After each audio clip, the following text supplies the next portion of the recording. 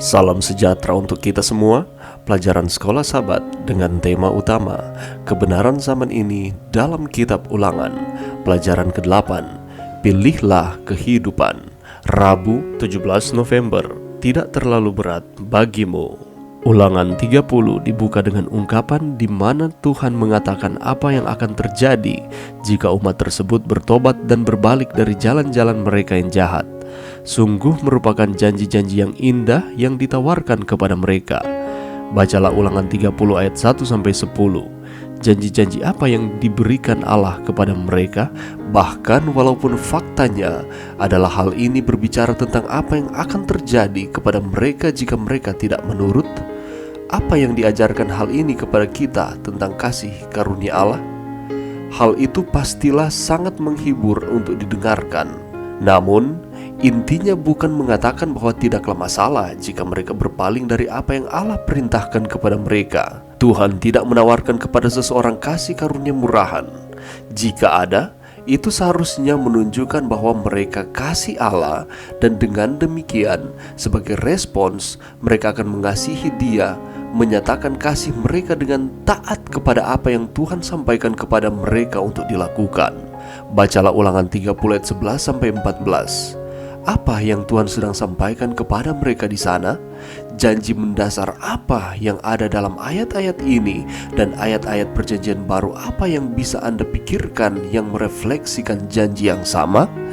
Dengan bahasa yang indah dan logika yang tidak bisa dipertanyakan, perhatikan seruan dalam ayat-ayat ini. Tuhan sedang tidak meminta mereka melakukan sesuatu yang terlalu berat untuk dilakukan. Perintah Allah itu tidaklah terlalu sulit atau misterius bagi mereka untuk mengerti. Bukan juga perintah itu terlalu jauh dari jangkauan mereka untuk digapai. Perintah itu juga bukanlah sesuatu yang berada di langit, sangat jauh sehingga seseorang harus mengambilkan perintah itu untuk mereka.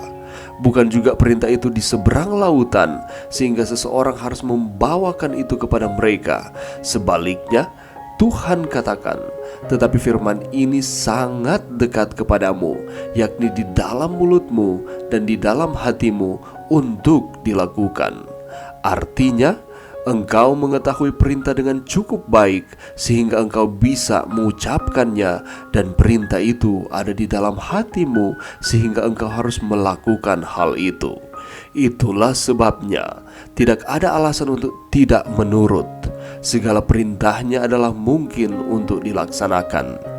Faktanya, Rasul Paulus mengutip beberapa hal dari ayat-ayat ini dalam konteks keselamatan di dalam Kristus. Hal ini menunjukkan Paulus merujuk pada ayat-ayat itu sebagai sebuah contoh pembenaran oleh iman. Dan kemudian setelah ayat-ayat ini, ya, anak-anak Israel diminta untuk memilih kehidupan atau kematian, berkat atau kutuk. Dan jika oleh kasih karunia dan oleh iman mereka memilih kehidupan, mereka akan mendapatkannya. Hal itu tidak berbeda dengan saat ini, bukan? Pelajaran yang bisa kita dapatkan pada saat ini, cobalah kita pikirkan bahwa setiap pagi ketika kita beranjak dari tempat tidur kita, selalu kita dihadapkan pada pilihan dan keputusan, mulai dari bangun sampai tidur lagi. Begitu pula dengan bangsa Israel pada waktu itu. Musa memberikan nasihat, menawarkan suatu pilihan kepada bangsa Israel, ketaatan atau ketidaktaatan. Manakah yang akan mereka pilih? Kalau kita membaca di dalam Ulangan 30 ayat 11 sampai ayatnya yang ke-14, sebelum di ayat yang ke-15 dan seterusnya, akan ada hasil yang akan didapatkan apabila kita menurut kepada Tuhan, yakni kehidupan keberuntungan, atau sebaliknya apabila kita tidak menurut, kematian dan kecelakaan, dan seterusnya. Di ayat 11 sampai 14, di sana diinstruksikan kepada bangsa Israel untuk menuruti akan perintah. Dan di sana juga disampaikan bahwa perintah itu tidak terlalu sukar dan tidak pula terlalu jauh. Dengan kata lain, bangsa Israel masih bisa melakukan akan perintah tersebut, bukan oleh karena kekuatan mereka, tetapi oleh karena Allah yang menyanggupkan mereka menuruti akan perintah tersebut, sehingga perintah-perintah itu kelihatannya ringan. Sebagaimana bangsa Israel, demikian pula dengan kita. Kita diperhadapkan dengan pilihan-pilihan kehidupan. Dan salah satu pilihan yang harus kita buat adalah apakah kita akan menuruti akan perintah Tuhan atau tidak. Dengan pertolongan Tuhan, kita akan dimampukan untuk menuruti akan perintah Tuhan oleh karena kita mengasihi Tuhan dan karena perintah tersebut tidaklah berat di dalam Tuhan. Tetapi apabila kita berusaha untuk menuruti perintah dengan kekuatan kita sendiri, pastilah kita tidak akan dapat menuruti akan perintah tersebut. Itulah sebabnya selalu libatkan Tuhan di dalam kehidupan kita, dan Allah akan menyanggupkan kita mengasihi Dia dengan cara menuruti akan perintah-perintahnya. Sehingga ketika kita menuruti akan perintah Tuhan, berkat Tuhan akan terus menjadi bagian kita, keberhasilan, kehidupan, nantinya kegagalan dan kematian yang kekal.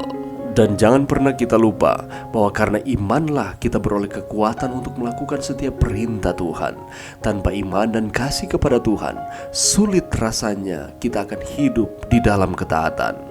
Taat atau tidak, pilihan kita hari ini menentukan masa depan kita. Mari kita terus setia kepada Tuhan. Mari berdoa. Terima kasih Tuhan atas firman-Mu pada saat ini. Bantu kami Tuhan untuk kami dapat menuruti akan perintah Tuhan, karena perintah tersebut tidaklah berat. Dengan pertolongan Tuhan kami sanggup untuk menurutinya oleh karena kami mengasihi Engkau. Terima kasih Tuhan. Ini doa kami di dalam nama Yesus. Amin.